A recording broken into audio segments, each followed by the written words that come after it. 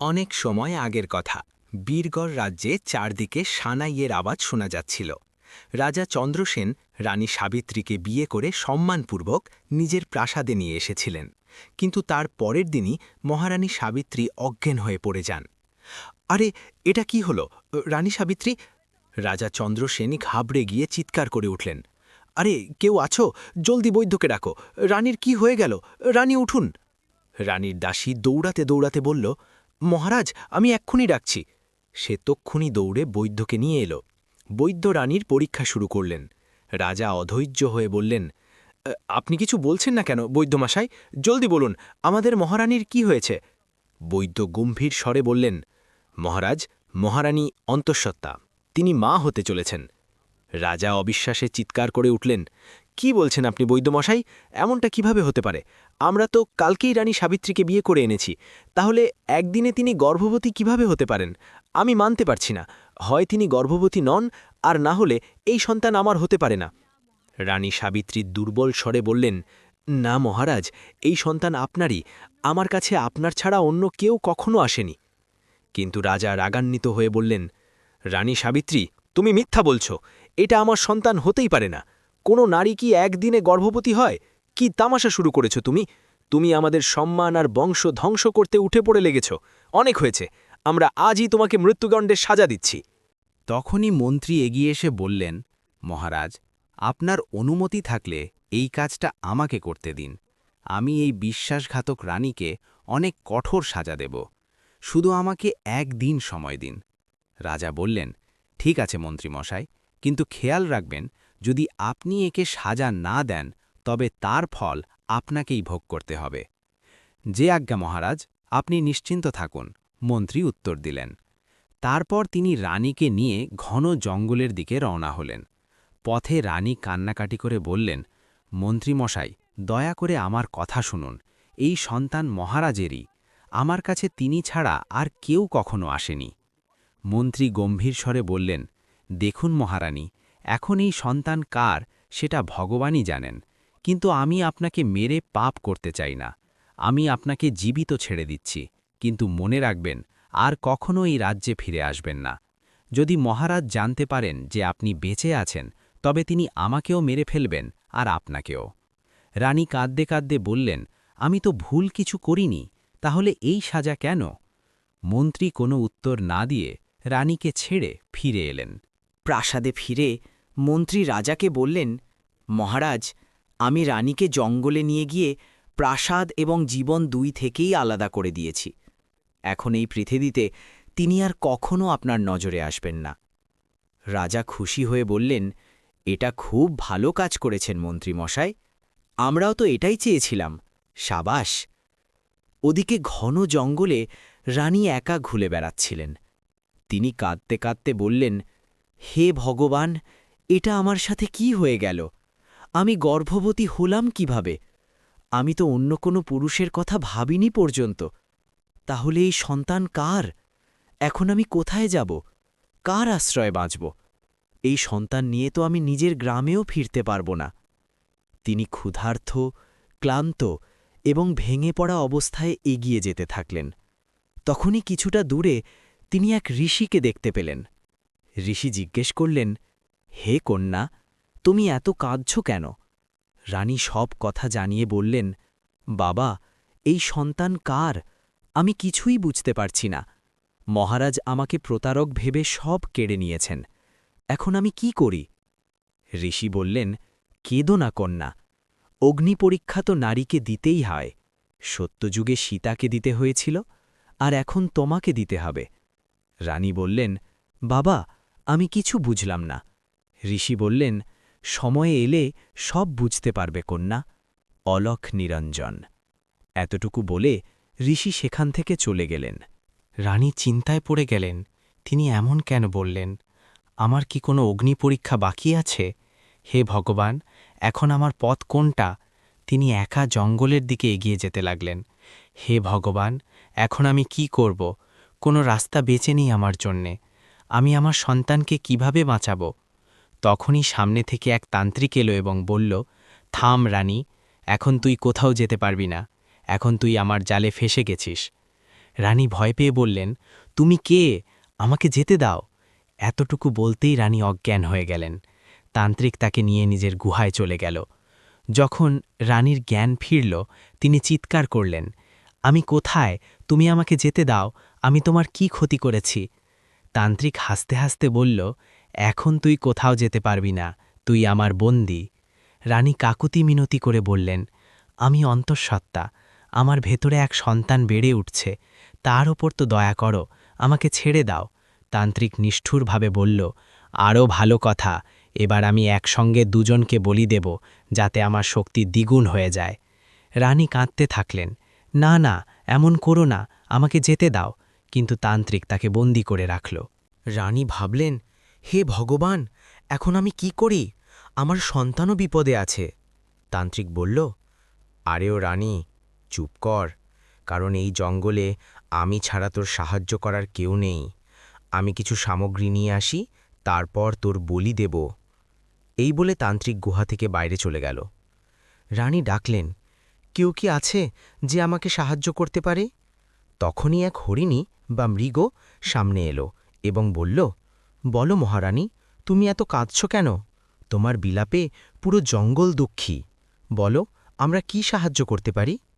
রানী অবাক হয়ে বললেন, তুমি কথা বলতে পারো? হরিণী উত্তর দিল, হ্যাঁ, আমি জঙ্গলের রক্ষক, তাই কথা বলতে পারি।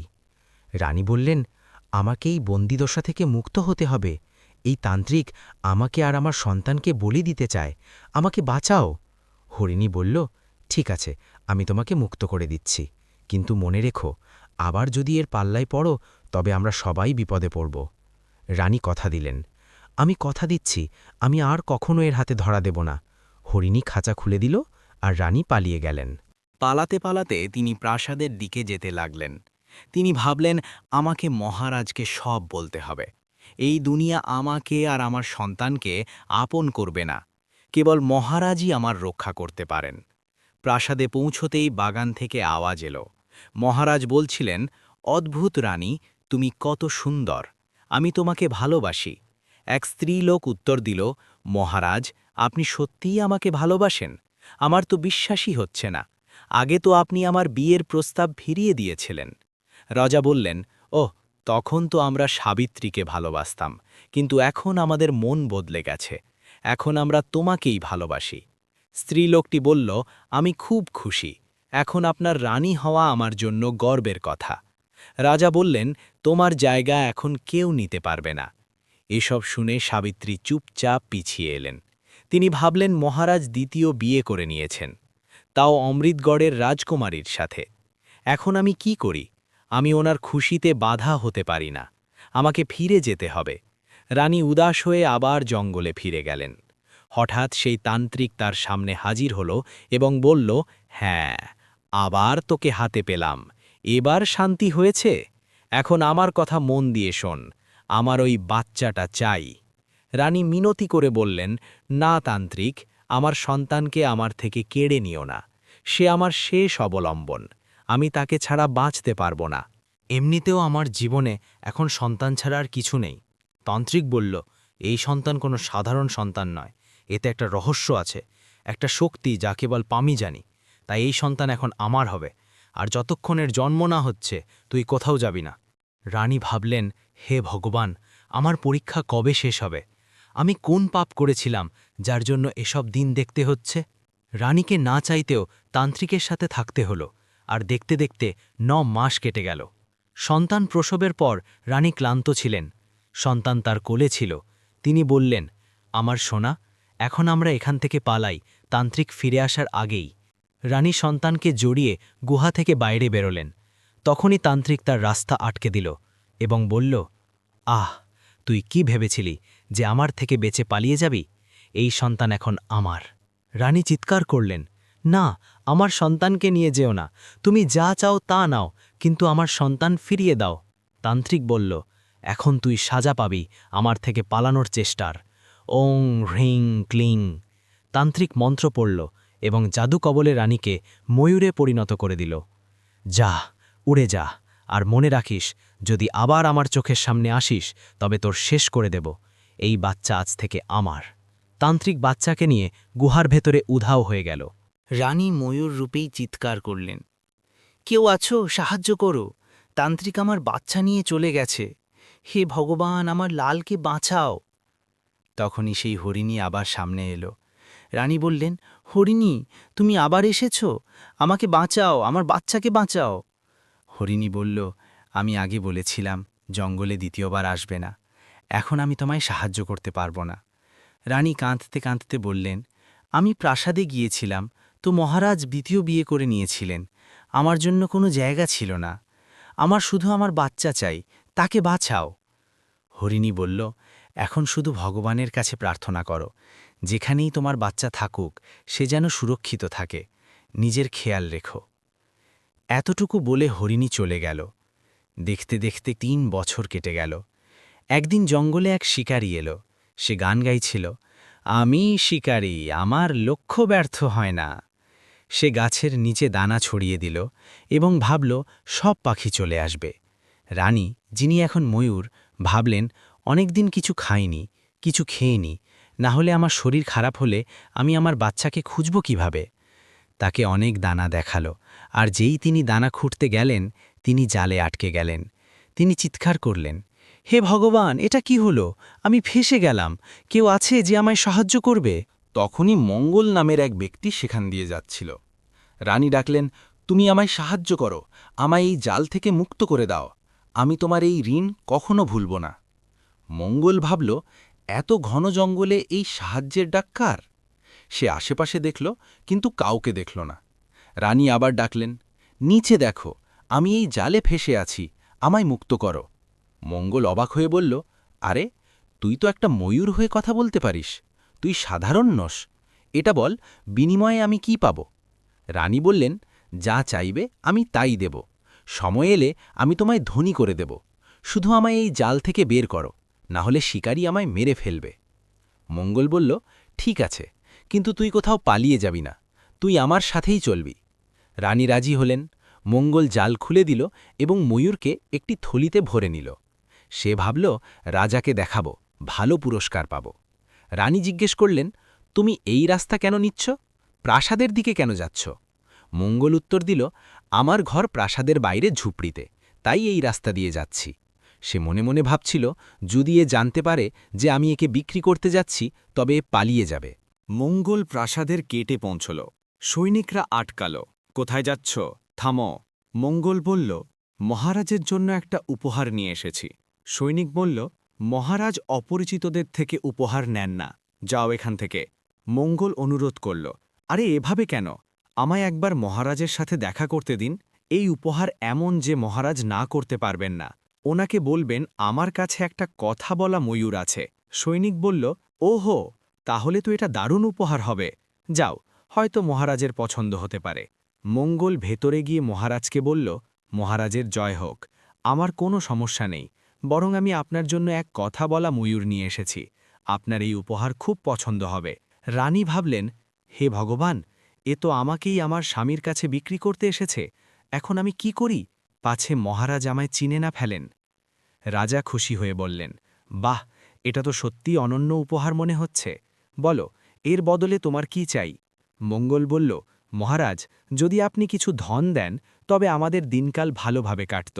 রাজা বললেন, বুঝেছি, মন্ত্রীমশাই, একে পুরস্কার দেওয়া হোক, এখন থেকে এই ময়ূর আমাদের।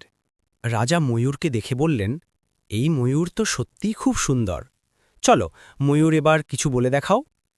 রানী চুপ রইলেন। রাজা বললেন, আরে কিছু তো বলো, ঘাবড়াও না। তারপর রাজা তাকে নিয়ে নতুন রানীর কাছে গেলেন এবং বললেন, মহারানী, আমাদের হৃদয়ের মালিকা, দেখুন আমরা আপনার জন্য কি উপহার এনেছি। নতুন রানী বললেন, মহারাজ, এটা তো একটা ময়ূর। রাজা বললেন, একে সাধারণ ময়ূর ভাবার ভুল করবেন না, এটা কথা বলা ময়ূর, আপনি যা বলবেন এ তাই বলবে, আপনার মন ভালো থাকবে। রাজা ময়ূরকে বললেন, এবার তো কিছু বলো। রানী ময়ূর রূপে বললেন, আমাকে যেতে দিন, আমার বাচ্চা বিপদে আছে, আমি এখানে থাকতে পারছি না। রাজা বললেন, না না, এখন তুমি এখানেই থাকবে, আমরা তোমাকে টাকা দিয়ে কিনেছি। রানী ভাবলেন, যদি আপনাকে জানাতাম যে আমিই সাবিত্রী। তিনি ওড়ার চেষ্টা করলেন, কিন্তু রাজা তাকে ধরে খাঁচায় ভরে দিলেন। দিন কাটতে থাকল।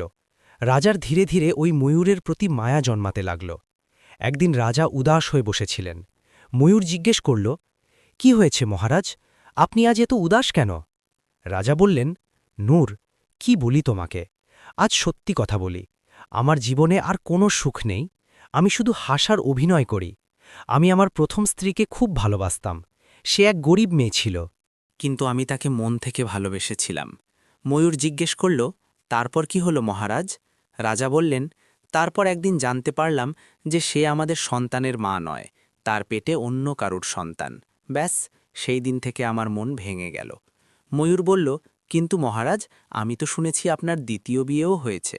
রাজা বললেন, হ্যাঁ, বিয়ে তো করেছি, কিন্তু তাকে কখনো মনে স্ত্রীর স্থান দিইনি। আমাদের মাঝে শুধু এক বন্ধুত্ব আছে। প্রজাদের চোখে তিনি মহারানী, কিন্তু আমার মনের রানী তো শুধু সাবিত্রীই ছিল, আর থাকবে। হ্যাঁ, সে আমায় ধোঁকা দিয়েছে, কিন্তু সেই ধোঁকার ক্ষত আজও গভীর। ময়ূর ভাবল, মহারাজ, আপনি আমায় কত ভালোবাসেন তার আন্দাজ আপনার নেই। সেই বাচ্চা আপনারই অংশ ছিল। রাজা বললেন, চলো, অনেক দুঃখের কথা হলো, একটু জঙ্গলে ঘুরে আসি, মন হালকা হবে। রাজা ময়ূরকে নিয়ে জঙ্গলের দিকে বেরোলেন। পথে সেই ঋষির সাথে দেখা হলো। ঋষি বললেন, দেখো, প্রেমের পরীক্ষা এখনও চলছে, দুজনে সাথে থেকেও সাথে নেই। রানী ভাবলেন, এ তো সেই ঋষি যিনি আমায় আশীর্বাদ দিয়েছিলেন। রাজা জিজ্ঞেস করলেন, আপনি কে, এসব কেন বলছেন? ঋষি বললেন, সময় এসে গেছে সত্যিটা জানার। তিনি একটি মন্ত্র পড়লেন এবং ময়ূরের ওপর ছাই ছিটিয়ে দিলেন। ময়ূর ধীরে ধীরে রানী সাবিত্রীতে বদলে গেল। রাজা অবাক হয়ে বললেন, এ কি, তুমি বেঁচে আছো? রানী বললেন, হ্যাঁ মহারাজ, আমি বেঁচে আছি। 3 বছর ধরে আপনার বিনা তরপাচ্ছিলাম।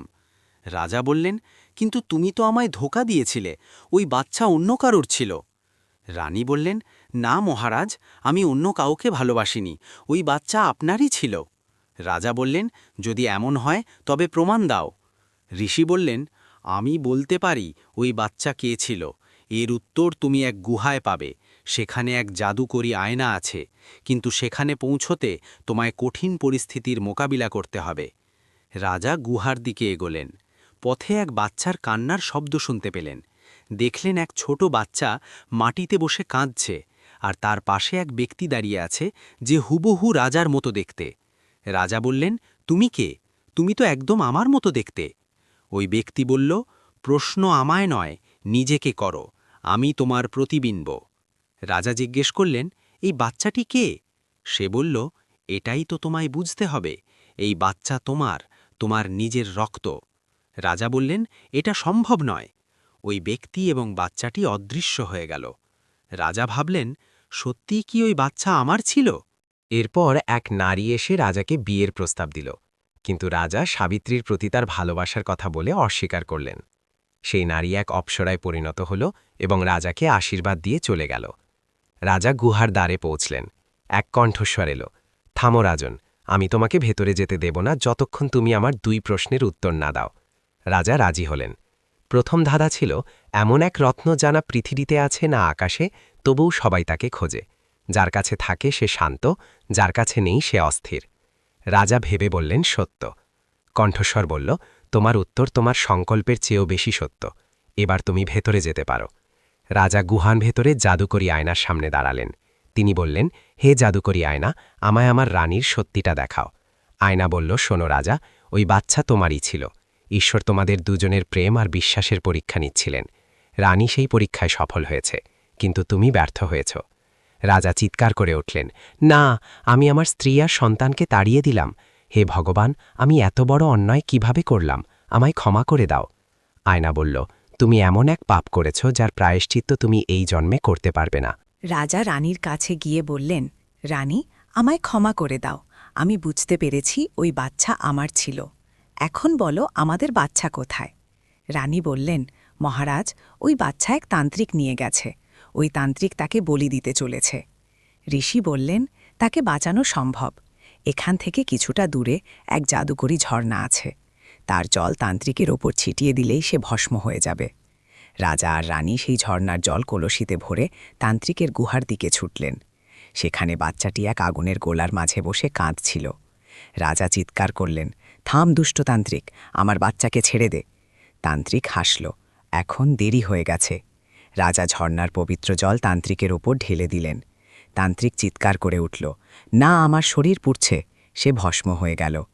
রাজা বাচ্চাকে কোলে নিলেন এবং রানীর কাছে গেলেন। রানী জ্ঞান ফিরে পেয়ে বললেন, আমার ছেলে, আমার সোনা। রাজা বললেন, চলো রানী, এখন আমরা নিজেদের রাজ্যে ফিরি। প্রাসাদে প্রবেশ করতেই মন্ত্রী ঘাবড়ে গিয়ে বললেন, মহারাজ, দয়া করে আমায় ক্ষমা করুন, আমি মহারানীকে মারিনি, তিনি অন্তঃসত্ত্বা ছিলেন, আমার দয়া হয়েছিল। তখনই দ্বিতীয় রানী এসে বললেন, মহারাজ, আমি এই বিয়ে করতে চাইনি, আমি নিজের বাবার কথাই এটা মেনে নিয়েছিলাম। আপনি আপনার আসল রানী আর পুত্রের সাথে সুখে থাকুন, আমি প্রাসাদ ছেড়ে চলে যাচ্ছি। তিনি চুপচাপ চলে গেলেন। রাজা আর রানী সাবিত্রী একে অপরের দিকে তাকিয়ে হাসলেন। সেই দিনের পর প্রাসাদে আর কোনো ভুল বোঝাবুঝি রইল না, কেবল ছিল সত্য, প্রেম আর বিশ্বাস। বন্ধুরা, আপনাদের আমাদের এই কাহিনী কেমন লাগলো এটা আমাদের কমেন্ট করে অবশ্যই জানাবেন। আর ভিডিওটি শেষ পর্যন্ত দেখার জন্য আপনাদের ধন্যবাদ। এমন সব কাহিনী দেখার জন্য আমাদের এই চ্যানেলটি সাবস্ক্রাইব করুন।